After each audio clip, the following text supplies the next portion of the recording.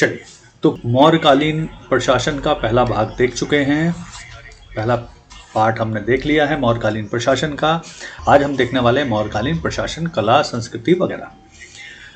तो मौर्यकालीन, जैसा कि आपको मैंने पहले ही बताया, ये टॉपिक प्री और मेंस दोनों ही टॉपिकों के लिए बहुत ही महत्वपूर्ण है, उपयोगी है, आवश्यक है। तो आप इसे ध्यान से तैयार करें। इसका सबसे बड़ा बेनिफिट इस टॉपिक को तैयार करने से आपको ये मिलेगा कि मौर्य काल से संबंधित बहुत सारे क्वेश्चन प्री में भी आते हैं, मेंस में भी आते हैं, और कई बार इंटरव्यू में भी इससे संबंधित चीज़ों को पूछा जाता है, कंपेयर करवाया जाता है। तो चलिए, प्रशासन में हम देखते हैं। तो सबसे पहले एक कौटिल्य का यानी चाणक्य का एक सप्तांग सिद्धांत, जिसे सप्तभंगी सिद्धांत भी कहते हैं, वो बहुत प्रसिद्ध है। देखिए, कौटिल्य की जो बुक है अर्थशास्त्र, वो प्रमुख रूप से प्रसिद्ध है इस चीज़ के लिए कि किस तरह से एक राज्य का प्रशासन चलाया जाए, शत्रुओं से कैसे बचा जाए, शत्रुओं से राज्य को कैसे सुरक्षित रखा जाए, राज्य के काम क्या क्या होते हैं। तो बेसिकली ये कूटनीति पे बेस पुस्तक है, इंपॉर्टेंट पुस्तक है, कूटनीति पे बेस। तो उसमें एक सप्तांग सिद्धांत दिया है जो प्री और मेंस दोनों में पूछा जाता है। तो उसमें क्या किया गया है कि राज्य का जो वर्णन किया गया है वो एक शरीर के रूप में किया गया है। राज्य का जो वर्णन है एक शरीर के रूप में किया गया और उसके 7 अंग बताए गए हैं। तो वो कौन कौन से अंग हैं उन्हें देखते हैं, इन्हें थोड़ा सा ध्यान रखने की कोशिश करिए। जो शरीर का पहला अंग है, महत्वपूर्ण अंग है, यानी जो शीश है, ये राज्य रूपी शरीर है, उसका जो शीश है यानी सिर है, वो है राजा स्वयं। सो राज्य रूपी देह का जो शीश है, सिर है, वो राजा खुद होता है। सब सिंपल। राज्य का दूसरा सप्तांग सिद्धांत का दूसरा सप्तांग सिद्धांत है, राजा की जो आंख होती है वो होते हैं राजा के ऑफिसर्स, यानी जो अधिकारी होते हैं, आमत्त लोग होते हैं, ये राजा की आंख होते हैं। तीसरा सप्तांग सिद्धांत है जनपद। जनपद यानी जो राजा की भूमि है, प्रजा है, इसे राज्य रूपी शरीर की जांग माना गया है, थाइज माना गया है। जो भूमि और प्रजा है राज्य की, उसे माना गया है राज्य की जांग, थाई।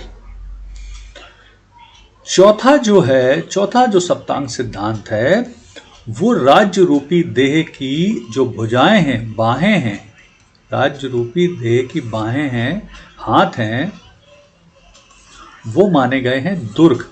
जो राजा के फोर्ट हैं, किले हैं, वो माने गए हैं राज्य रूपी देह की बाहें। पांचवा सप्तांग सिद्धांत है कोश, फंड। तो राज्य का जो मुख है वो होता है फंड। राज्य रूपी देह का जो मुख है वो होता है फंड यानी कोश। और इसी तरह से जो छठवां सिद्धांत है, सप्तांग सिद्धांत में छठवां सिद्धांत है, राज्य रूपी देह का जो मस्तिष्क है, माइंड है, वो मानी गई है सेना। सेना और सेना द्वारा दिए गए जो दंड दिए जाते हैं, सेना और दंड, इन्हें माना जाता है राज्य रूपी देह का मस्तिष्क, माइंड। और सातवां जो सिद्धांत है वो है राज्य रूपी देह का जो कान है, कान मतलब इंफॉर्मेशन। तो वो इंफॉर्मेशन होती है राजा का मित्र, जिसे कहा जाता है सुहद। तो ये ध्यान रखें, राज्य रूपी देह का जो 7वां सप्तांग सिद्धांत है वो है कान। और राज्य रूपी देह का कान क्या है? तो राजा का मित्र, या जिसे सुहद कहते हैं। ठीक है, इस तरह से जो चाणक्य हैं उन्होंने विभिन्न सिद्धांतों का वर्णन किया है कि राज्य को एक शरीर माना है और उसकी विभिन्न अंगों का वर्णन अलग अलग चीज़ों के साथ किया है। बाद में इन्होंने इसमें एक 8वां सिद्धांत भी जोड़ा था सप्तांग सिद्धांत में, इसमें जोड़ा था शत्रु। इन्होंने कहा था कि राज्य के विकास के लिए, राज्य के विकास और एकता के लिए शत्रु का होना भी जरूरी है। अगर शत्रु नहीं होगा तो राज्य में विकास और एकता नहीं होगी।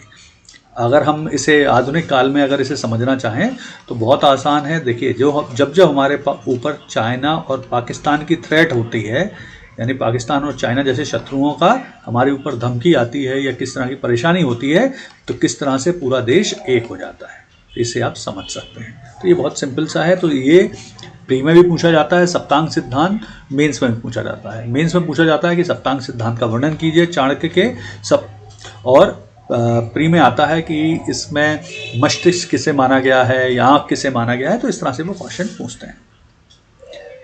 चलिए अब देखते हैं हम मौर्यकालीन प्रशासन। तो मौर्यकालीन प्रशासन जो एडमिन है वो क्या है, किस तरह से काम करता है, उसे हम देखते हैं। तो सबसे पहली चीज़ ध्यान रखिएगा कि मौर्यकालीन प्रशासन पूरी तरह से सेंट्रलाइज था, केंद्रीकृत प्रशासन था, यानी कंट्रोल किसके हाथ में था, राजा।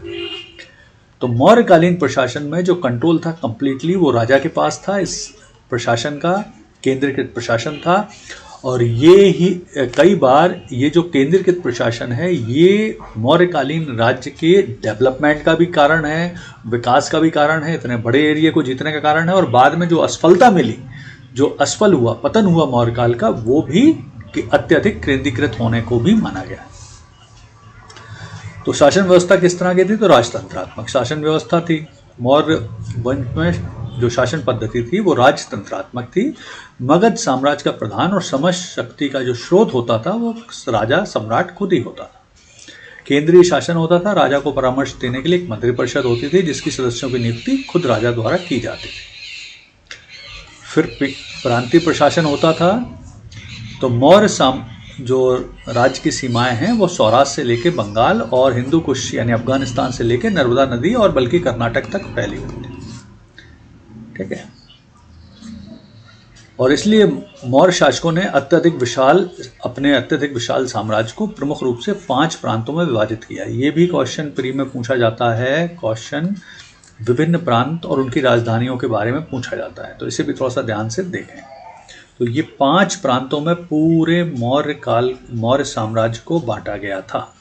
तो कौन कौन से हैं ये, ठीक है। तो सबसे पहला जो प्रांत था वो था उत्तरापथ। उत्तरापथ की जो राजधानी थी वो थी तक्षशिला। उत्तरापथ, और इस तक्षशिला के अंतर्गत ध्यान से देखें तो अगर हम सीधा सीधा समझने की कोशिश करें तो आज का जो आधुनिक पाकिस्तान और अफगानिस्तान का क्षेत्र है वो समस्त क्षेत्र आता था मौर्य काल में तक्षशिला यानी उत्तरापथ राज्य के अंतर्गत, जिसकी राजधानी थी तक्षशिला।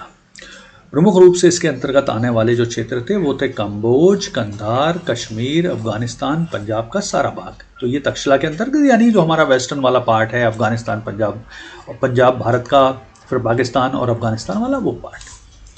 फिर दूसरा प्रमुख इनका राज्य था पश्चिमी भाग। पश्चिमी भाग इनका दूसरा प्रमुख भाग था मौर्यों का, जिसकी राजधानी थी अवंतिका, उज्जैन। तो इसके अंतर्गत गुजरात का काठियावाड़, गुजरात का सौराष्ट्र, राजस्थान का राजपूताना, मालवा का सारा भाग आता था इसी के अंतर्गत। फिर तीसरी इनका प्रमुख क्षेत्र था दक्षिणापथ। दक्षिणापथ दक्षिण भारत में, और स्वर्णगिरी इसकी राजधानी थी। तो विंध्याचल से लेकर दक्षिण का सारा भाग, यानी अगर हम दूसरे शब्दों में कहें तो नर्मदा से लेकर और नीचे कर्नाटक तक का सारा जो भाग आता था वो दक्षिणापथ के अंतर्गत आता था, और इसकी राजधानी थी स्वर्णगिरी। फिर नेक्स्ट एक राज्य था कलिंग। कलिंग वही उड़ीसा वाला, जिसकी राजधानी थी तोशाली। ये भी क्वेश्चन 1-2 बार पूछा गया है कि कलिंग की राजधानी क्या थी, तो तोशाली। तो ये उड़ीसा का अधिकांश भाग इसके अंतर्गत था। फिर 5वां जो प्रमुख राज्य था उसे कहते थे पूर्वी प्रदेश या प्राच्य प्रदेश। जो अब भारत का, आज के आधुनिक भारत का जो हमारा नॉर्थ ईस्ट वाला और ईस्ट वाला हिस्सा है वो सभी आता था प्राच्य प्रदेश के अंतर्गत, जिसकी राजधानी थी पाटलिपुत्र। पाटलिपुत्र प्राच्य प्रदेश की भी राजधानी थी और पूरे कंप्लीट मौर्य वंश की भी, मौर्य साम्राज्य की भी राजधानी थी। इसके अंतर्गत आज का बिहार, उत्तर प्रदेश और बंगाल, असम का भाग आता था। तो ये थोड़ा सा ध्यान रखिए, ये प्रमुख रूप से मौर्यकालीन प्रशासन का विभाजन है। फिर नगर शासन। तो नगरों का जो शासन था, नगरों को ग्रामों का जो प्रशासन था वो काफ़ी कुछ स्वायत्त होता था और एक नगर सभा के माध्यम से होता था। ठीक है, नगर सभा के माध्यम से होता था। देखिए क्या था कि आपको एक चीज़ ध्यान रखना पड़ेगी कि मौर्य काल में बहुत सारे नए नगर बन गए थे, सिटीज़ बन गई थी। तो सिटी का प्रबंध करने के लिए मौर्य काल में एक अलग से समितियां बनाई गई थीं जिन्हें नगर सभा कहते थे, और 6 नगर सभाएं थीं जिसमें 5-5 सदस्य थे। तो 6 समिति बनाई गई थी नगरों के प्रबंधन के लिए, जिसमें 5-5 सदस्य होते थे। ये ध्यान रखिए। तो 30 सदस्य मिलकर विभिन्न नगरों के विभिन्न विषयों से संबंधित कार्यों को करते थे। फिर गांव में भी ग्राम सभा होती थी, जिसका मुख्य व्यवस्थापक ग्रामिक होता था। वो गांव के वयोवृद्ध लोगों की सहायता से गांव के झगड़े निपटाता था। न्याय व्यवस्था, तो समस्त न्यायालय को दो भागों में विभाजित किया गया था मौर्य काल में। देखिए, आज के आधुनिक समय में भी प्रमुख रूप से दो तरह के ही न्यायालय होते हैं। एक होता है क्रिमिनल कोर्ट, एक होता है सिविल कोर्ट, मतलब फौजदारी न्यायालय और दीवानी न्यायालय, फौजदारी और दीवानी। तो तब भी ऐसा उन्होंने व्यवस्था की हुई थी कि दो तरह के कोर्ट थे। तो जो दीवानी न्यायालय होता था उसे उस समय कहते थे धर्म स्थलीय, ये दीवानी न्यायालय होता था। और दूसरा न्यायालय होता था कंटक शोधन, ये फौजदारी या क्रिमिनल कोर्ट होता है। तो दो तरह के न्यायालयों में इसे विभाजित किया था।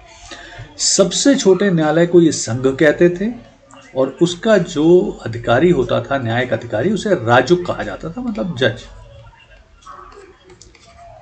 ठीक है। 400 ग्राम का न्यायालय द्रोणमुख, 800 ग्राम का न्यायालय स्थानीय कहलाता था। तो आपको यहाँ दो चीज ध्यान रखना है, इंपॉर्टेंट है कि मौर्य काल में दो तरह के न्यायालय थे। एक न्यायालय था धर्मस्थलीय, जिसे दीवानी न्यायालय कहते हैं। दूसरा था कंटक शोधन, जिसे फौजदारी न्यायालय कहते हैं, है ना।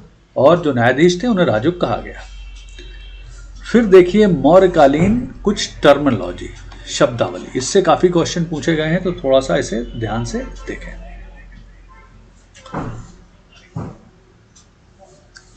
जो विभिन्न विभाग थे मौर्य काल में, उन्हें तीर्थ कहा जाता था। तो विभिन्न विभागों को तीर्थ कहा जाता था मौर्य काल में। और कौटिल्य ने अर्थशास्त्र में 18 तीर्थ यानी विभागों के और उनके हेड्स की चर्चा की है। यानी ये क्वेश्चन भी पूछा गया है, अर्थशास्त्र में, कौटिल्य की अर्थशास्त्र में विभागों को तीर्थ कहा गया और प्रमुख रूप से 18 तीर्थों का वर्णन किया गया। ठीक है। मंत्री और पुरोहित कहलाते थे धर्माधिकारी।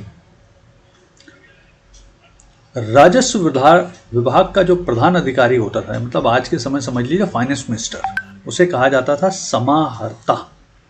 जो रेवेन्यू मिनिस्टर होता था, फाइनेंस मिनिस्टर जो होता था, उसे कहा जाता था समाहर्ता। फिर जो ट्रेजरर होता था उसे कहा जाता था कोषाध्यक्ष को सन्निधाता। ये भी पूछे गए हैं क्वेश्चन, ये दोनों ही पूछे गए हैं। फिर सेनापति युद्ध विभाग का अध्यक्ष, युवराज राजा का उत्तराधिकारी। प्रदेष्टा फौजदारी न्यायालय का न्यायाधीश को प्रदेष्टा कहते थे। जैसे आज जिला और सत्र न्यायाधीश कहलाता है फौजदारी न्यायालय का न्यायाधीश, उस समय उसे प्रदेष्टा कहते थे। नायक, सेना का संचालक को नायक कहते थे। सेनापति हेड होता था जनरल, और ये उसके नीचे होता था। कर्मांतिक उद्योग धंधे का कर्मांतिक उद्योग धंधे का निरीक्षक, इंस्पेक्टर ऑफ, मतलब इससे समझिए इंडस्ट्री इंस्पेक्टर। व्यवहारिक, दीवानी न्यायालय का न्यायाधीश व्यवहारिक कहलाता था, तो ये ध्यान रखिए।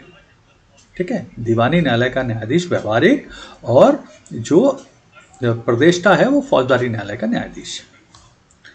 मंत्री परिषद अध्यक्ष, मंत्रिपरिषद का अध्यक्ष। दंडपाल, सैन्य अधिकारी। अंतपाल, सीमावर्ती दुर्गों का रक्षक।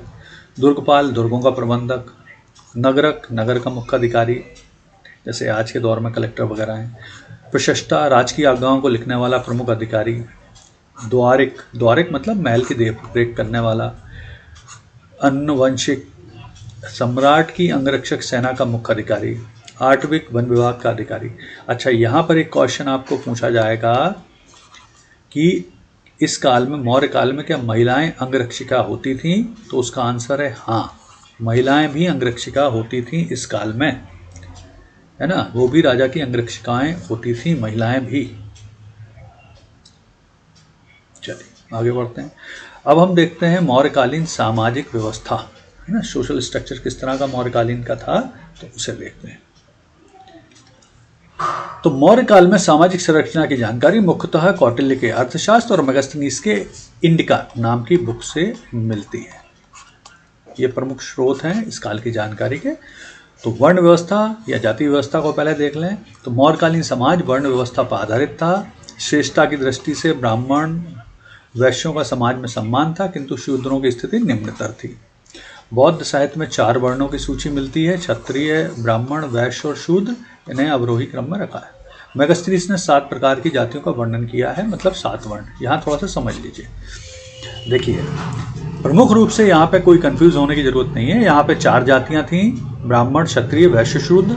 ये चाणक्य ने लिखा है अपनी इंडिका में, चाणक्य ने लिखा है अपने अर्थशास्त्र में। लेकिन जो मेगास्थनीज की इंडिका है, मेगास्थनीज ने जो वर्णन किया है वो थोड़ा सा कंफ्यूज हो गया था, तो उसने कामों को भी जाति मान लिया है।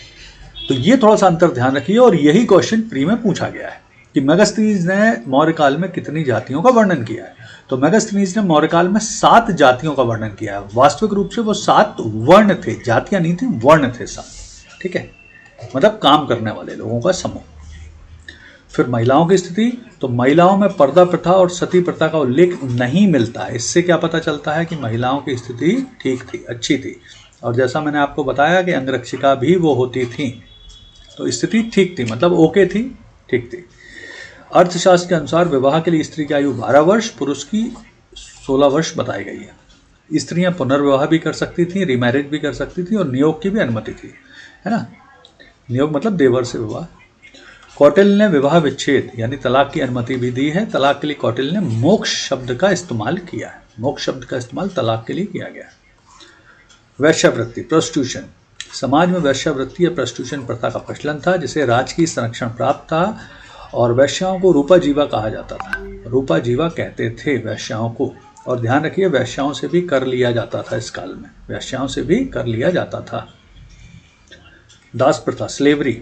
मेगास्थनीज और स्ट्रैबो जो ग्रीक लेखक हैं, इनके अनुसार भारत में दास प्रथा नहीं थी। गलत है जो, क्योंकि कौटिल्य ने 9 प्रकार के दासों का वर्णन किया है और दासों को आर्य कहा है। इससे क्या पता चलता है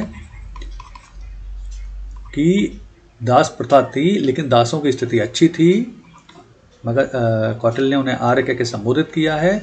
और प्रमुख रूप से दास कृषि कार्य करते थे, कृषि कार्य से संबंधित थे दास लोग। और कौटिल्य ने 9 प्रकार के दास बताएं, तो थोड़ा सा ये ध्यान रखिएगा। फिर मौर्यकालीन अर्थव्यवस्था। तो मौर्यकालीन अर्थव्यवस्था प्रमुख रूप से कृषि, पशुपालन और वाणिज्य यानी व्यापार पर आधारित थी, व्यापार पर आधारित थी। और इस संपूर्ण अर्थव्यवस्था को कहा जाता था वार्ता। तो ये वर्ड पूछा गया है। अर्थव्यवस्था को सम्मिलित रूप से वार्ता शब्द से संबोधित किया गया है। वार्ता का अर्थ होता है अर्थव्यवस्था। राज्य की भूमि पर राजा का स्वामित्व होता था। कृषि मौर्यकालीन प्रमुख व्यवसाय था। कृषि राज्य की आय का प्रमुख स्रोत था। राज्य की भूमि की व्यवस्था करने वाला प्रधान अधिकारी सीताध्यक्ष कहलाता था। ठीक है, तो सीताध्यक्ष मतलब राजकीय भूमि का अधिकारी, ये सीता कहलाता था, है ना। कर, टैक्स, टैक्स देख लेते हैं। भूमि कर, सिंचाई कर को मिलाकर किसानों को उपज का लगभग 6वां भाग देना पड़ता था कर के रूप में। तो भाग कम ही थे, बहुत ज़्यादा नहीं थे। लेकिन ध्यान एक चीज़ का रखिए कि मौर्य काल में बहुत सारे कर लगाए जाते थे। बहुत सारे मौर्य काल में कर लगाए जाते थे। भूमि पे कर था, वैश्याओं पे कर था, उद्योग धंधों पे कर था, सिंचाई पे कर था, बहुत सारे कर थे इस समय। तो इसको थोड़ा सा आपको ध्यान रखना पड़ेगा। एक और कर के बारे में क्वेश्चन पूछा गया है, तो वो मैं आपको बता देता हूँ। उस कर का नाम है प्रणय कर। ये क्वेश्चन पूछा है पीएससी ने कि प्रणय कर क्या है। अब प्रणय का अगर हम सीधे शब्द कर तो देखेंगे तो प्रणय का मतलब होता है शादी, लेकिन यहाँ पर जो प्रणय कर होता था वो होता था संकटकालीन कर। तो ये ध्यान रखिएगा, ये क्वेश्चन पूछा गया है ऑलरेडी कि मौर्य काल में प्रणय कर क्या था। तो प्रणय कर मतलब संकटकालीन जो कर लिया जाता था उसे प्रणय कर कहते थे। ठीक है, चलिए फिर इसके बाद देखते हैं उद्योग धंधे, व्यापार वगैरह। तो मौर्यकालीन उद्योग व्यापार उन्नत अवस्था में था। सूती वस्त्र के प्रमुख केंद्र के रूप में वाराणसी, वत्स, महिष्मती, महेश्वर और कलिंग इत्यादि थे। विदेशी व्यापार मुख्यतः यूनान, रोम, फ्रांस, लंका, सुमात्रा, जावा, सीरिया, मिस्र और बोर्नियो द्वीप से होता था। मतलब विकसित व्यापार था, बाह्य व्यापार विकसित था। व्यापारियों की अपने ऑर्गेनाइजेशन थे, श्रेणियां थीं जिन्हें श्रेष्ठिन कहा जाता था, इसके मुखिया को। तो व्यापारियों के अपने समूह होते थे, इन समूह के जो हेड होता था उसे श्रेष्ठिन कहते थे। ये क्वेश्चन भी पूछा गया है, व्यापारियों के समूह को श्रेष्ठिन कहा जाता था। सिक्कों का चलन, मौर्य काल में सोने, चांदी और तांबों का सिक्कों का प्रचलन था। इनके नाम भी देख लें, ये भी पूछे गए हैं।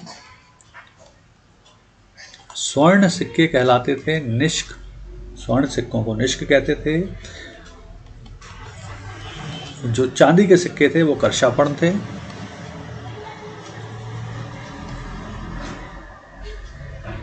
और जो तांबे के सिक्के थे, जो कॉपर के सिक्के थे, वो माशक थे। तो ये ध्यान रखिएगा, स्वर्ण सिक्के निष्क कहलाते थे, चांदी के सिक्के कर्षापण कहलाते थे, और तांबे के जो सिक्के होते थे, कॉपर के सिक्के, वो माशक कहलाते थे। तो सिक्कों का प्रचलन इस काल में बढ़िया तरीके से हो गया था। ठीक है, अब आगे चलते हैं। मौर्यकालीन पुरातत्व का विकास। मौर्यकालीन पुरातत्व का विकास, तो ये काल पुरातत्व के विकास की दृष्टि से बहुत ही अभूतपूर्व काल माना जाता है, बहुत अनप्रेसिडेंटेड काल माना जाता है, जहाँ बहुत ज़्यादा विकसित हुआ, पुरातत्व का विकास हुआ। और पुरातत्व के अंतर्गत राजप्रसाद यानी फोर्ट, पैलेस, स्तंभ, गुफा, विहार, स्तूप आदि बनाए गए। इसके अलावा लोक कला भी थी, फोक आर्ट भी था, जिसके अंतर्गत कुछ मूर्तियां बनाई गई हैं यक्ष यक्षिणी की। ये ध्यान रखिए, इसके अंतर्गत मूर्तियां बनी, यक्ष यक्षिणियों की मूर्तियां बनाई गई हैं फोक कला के अंतर्गत। एक क्वेश्चन पूछा जाता है कि जो चंद्रगुप्त का पटना में राजप्रसाद था यानी महल था, उसे देखकर प्रसिद्ध ग्रीक जो लेखक है एरियन, उसका कहना था कि ये महल मानवीय कृति नहीं लगता बल्कि देवताओं द्वारा बनाया गया लगता है। तो ये जो महल था ये बेसिकली 80 पिलर पे बना हुआ था, 80 खंभों पर ये चंद्रगुप्त का पटना स्थित महल बनाया गया था, और बहुत अच्छे ढंग से बनाया गया था। और ऐसा कहा जाता था कि ये सूर्य प्रकाश में सोने जैसा चमचमाता है। ठीक है, फिर इसके अलावा कहा अशोक ने लगभग 84,000 स्तूपों का निर्माण कराया था। 84,000, तो ये बात सही नहीं लगती कि 84,000 स्तूप बनाना संभव नहीं है, लेकिन इससे ये जानकारी मिलती है कि अशोक ने काफ़ी स्तूपों का निर्माण कराया था। लेकिन आपको जो बुक्स में है वो यही है कि 84,000 स्तूपों का निर्माण कराया था। फिर इसके अलावा कुछ नदभांड मिले हैं इस काल के, कुछ बर्तन वगैरह मिले हैं जिन्हें नर्दन ब्लैक पॉलिश वेयर कहते हैं, NBPW, northern black polish ware, उत्तरी काले पालिशदार नटभांड कहा जाता है। तो ये ध्यान रखें, ये इस काल के मिले हैं कुछ बर्तन। स्तंभों में सबसे इंपॉर्टेंट जो निर्माण है वो अशोक का सारनाथ का सिंह स्तंभ है, जिसके जो हमारे भारत का राज्य चिन्ह है, हमारा जो नेशनल एम्बलम है, राज्य चिन्ह है, जिसमें 4 शेर बने हुए हैं, है ना, ऐसे 4 शेर बने हैं लेकिन 3 दिखाई देते हैं। और इसके नीचे कई बार क्वेश्चन पूछा जाता है कि ये राजकीय चिन्ह के नीचे कौन से जानवर हैं, तो हाथी, घोड़ा, सिंह और सांड, ये 4 इसके नीचे जानवर बने हुए हैं। फिर उसके नीचे ये इस तरह से 24 तीलियों वाला एक चक्र भी बना हुआ है ना, तो ये ध्यान रखिएगा। तो राज चिन्ह के नीचे हाथी, घोड़ा, सिंह, सांड, और उसके नीचे 24 तीलियों वाला चक्र, ये सबसे इंपॉर्टेंट निर्माण माना जाता है इस काल का पुरातत्व की दृष्टि से। फिर देख लें इसके पतन के कारण। तो मौर्य साम्राज्य के जो पतन के कारण माने जाते हैं, वे पतन के कारण थे, अलग अलग विद्वानों ने अलग अलग मत प्रस्तुत किए हैं, उनको हम देखते हैं। एक प्रसिद्ध विद्वान इतिहासकार हैं DN ओझा। उन्होंने मौर्य साम्राज्य के पतन के लिए अशोक की आर्थिक नीतियों को जिम्मेदार माना है। उन्होंने कहा भैया आर्थिक नीतियां अच्छी नहीं थी, केंद्रीकृत प्रशासन था, इसलिए ये पतन हुआ। डॉक्टर DD कोशाम्बी ने कहा है आर्थिक कारण से पतन हुआ है। हेमचंद राय चौधरी मौर्य साम्राज्य के पतन के लिए अशोक की शांति प्रियता और अहिंसा की नीति को मानते हैं। रोमिला थापर पतन के लिए मौर्यकालीन का केंद्रीय प्रशासन अत्यधिक केंद्रीकृत प्रशासन है, जिसके कारण ये परेशानी। हरिहर प्रसाद शास्त्री मौर्य साम्राज्य के पतन के लिए मुख्य कारण अशोक की धार्मिक नीति मानते हैं। डॉक्टर बनर्जी अशोक के आदर्शवाद और धार्मिक भावनाओं को मानते हैं। कुल मिला के आपको जो लिखना है वो सर्वप्रमुख कारण था मौर्यों के अयोग्य उत्तराधिकारी। ठीक है, तो मौर्य साम्राज्य के पतन के लिए जो सर्वप्रमुख कारण है वो है मौर्यों के अयोग्य उत्तराधिकारी। देखिए, उत्तराधिकारी अच्छे होंगे तो वो निश्चित तौर पर सारा कुछ फिर से स्थापित कर लेंगे, लेकिन अगर उत्तराधिकारी सही नहीं होंगे तो फिर मुश्किल होता है वापस उनके लिए इस्टेब्लिश खुद को कर पाना। ये थोड़ा सा ध्यान रखिएगा, ठीक है। चलिए, यहाँ पर ये पतन के कारण हमने देख लिए। कुछ एक आध दो क्वेश्चन आपको भी करा देता हूँ तो आपको आइडिया मिल जाए। जैसे आपको मेंस में आएगा, अब 200 वर्ड में आएगा लिखने के लिए कि कौटिल्य का सप्तांग सिद्धांत क्या है, तो ये मैंने आपको ऑलरेडी बता दिया है। जस्ट एक नज़र मार लीजिए किस तरह से लिखना है इसे। तो कौटिल्य का सप्तांग सिद्धांत में 7वां वर्णन करना है और बाद में 8वां जोड़ा इन्होंने शत्रु के रूप में। तो ये थोड़ा सा दिमाग में रखिएगा, ठीक है। फिर एक और क्वेश्चन पूछा गया है MPPSC 2016 में, तो थोड़ा सा इसे देख लीजिए। मेगास्थनीज द्वारा वर्णित पाटलिपुत्र नगर की प्रशासनिक विशेषताएं बताइए, ठीक है। तो इसे थोड़ा सा देखें। मेगास्थनीज के अनुसार मौर्य शासन की नगरीय एवं प्रशासनिक व्यवस्था 6 समितियों द्वारा होती थी, जिसमें 5-5 मेंबर होते थे।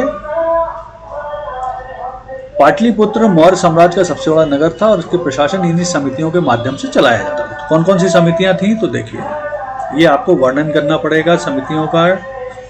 प्रथम समिति उद्योग और शिल्पों का निरीक्षण करती थी।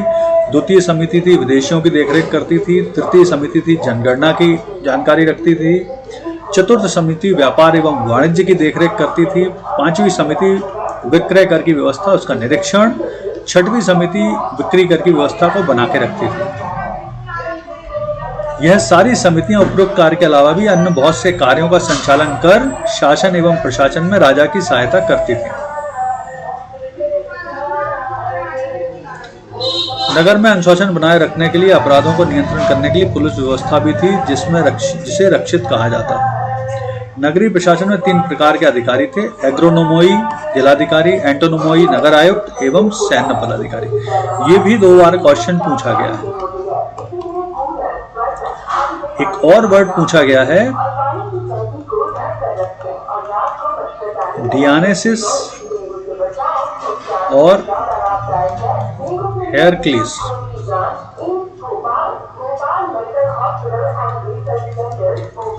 डियानेसिस और हेरक्लिस ये किन देवी देवताओं के लिए इस्तेमाल हुआ, तो डियानेसिस हुआ है शिव जी के लिए और हेरक्लिस हुआ है कृष्ण जी के लिए।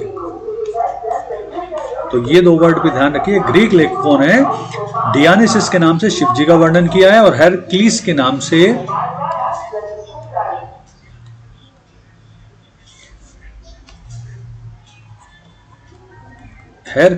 से कृष्ण जी का वर्णन किया है। तो ये 2 चीजें भी अतिरिक्त तौर पर ध्यान रखने की कोशिश करिएगा, तो आपको बेसिक चीजें जिसमें याद बनी रहे, ठीक है ना। तो ये कुछ बेसिक चीजें हैं जो हमारे मौर्य वंश से है। 2 दिन में हमने मौर्य वंश से संबंधित चीजों को पढ़ा, समझा और इसमें दोनों हमने कवर कर लिए, राजनीति, प्रशासन, आर्ट, कल्चर वगैरह सभी तरह से हमने इसमें कवर कर लिए, ठीक है। तो अब कल हम पुनः मिलते हैं। कल हम आगे स्टार्ट करेंगे। वैसे एक क्वेश्चन और है, मैं सोच रहा हूँ ये भी आपको करा दूं। एक और क्वेश्चन आता है, अशोक एक राष्ट्रीय या महान शासक था, उसने राजनीतिक एकीकरण किया, मौर्य अशोक की महानता या उपलब्धियां बताइए। तो ये भी एक क्वेश्चन है। तो इसमें प्रमुख रूप से अशोक को क्यों महान कहा जाता है उसका वर्णन है। तो अशोक के विभिन्न आदर्श हैं। वो एक महान विजेता था, आदर्श हैं, वो महान विजेता था, महान शासक था और इन सब से बढ़कर अशोक ने जो धम्म का पालन किया है। एक और क्वेश्चन आपको आएगा, अशोक का धम्म धर्म नहीं है, समझाइए। तो अशोक ने बेसिकली क्या किया, इतने बड़े क्षेत्र में शासक होने के बाद भी, इतना वीर शासक होने के बाद भी उसने अपनी जनता पर अपना धर्म यानी बौद्ध धर्म नहीं थोपा और जनता को नैतिक